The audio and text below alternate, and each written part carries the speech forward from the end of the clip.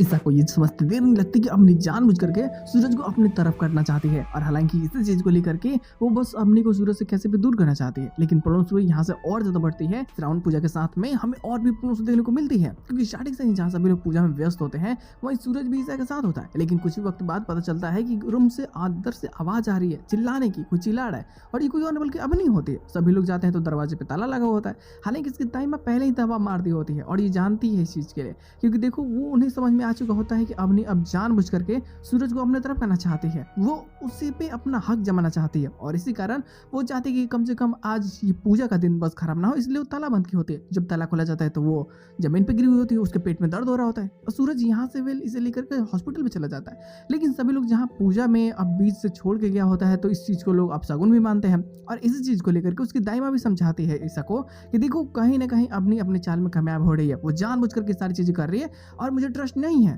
अब ईसा को भी ये सारी चीजें उसके मन में चलने लगती है। हालांकि जब थोड़े वक्त बाद जैसे ये आता है अपनी के साथ में, जो उसके मोहल्ले के लोग होते हैं वही विरोध करने लगते हैं कि तुम्हारी पत्नी तो कोई और है, तुम किसी और के साथ में क्यों घूम रहे हो। और इसी के कारण यहाँ बताने के लिए कि मेरी पत्नी वो नहीं है, बस वो मेरी जिम्मेदारी है,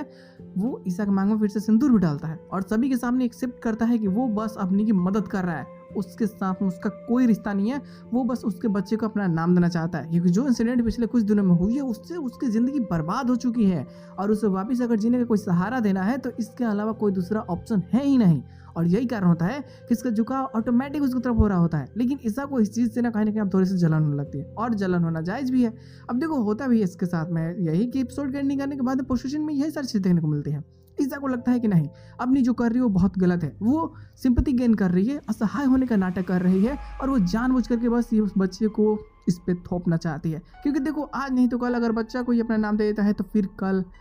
पति होने का फर्ज भी निभाएगा, और यहीं से तो ये सारी प्रॉब्लम्स बढ़ रही होती है। जिसके मन में ये सारी थिंकिंग घर कर जाती है, और यहीं से लफड़े भी बढ़ते हैं, जो कहीं ना कहीं इनके बीच में दूरियां तो लाएगी, लेकिन ये दूरियां कितनी ज़्यादा अपने के लिए फायदेमंद होती है ये देखना काफ़ी मज़ेदार होने वाली है।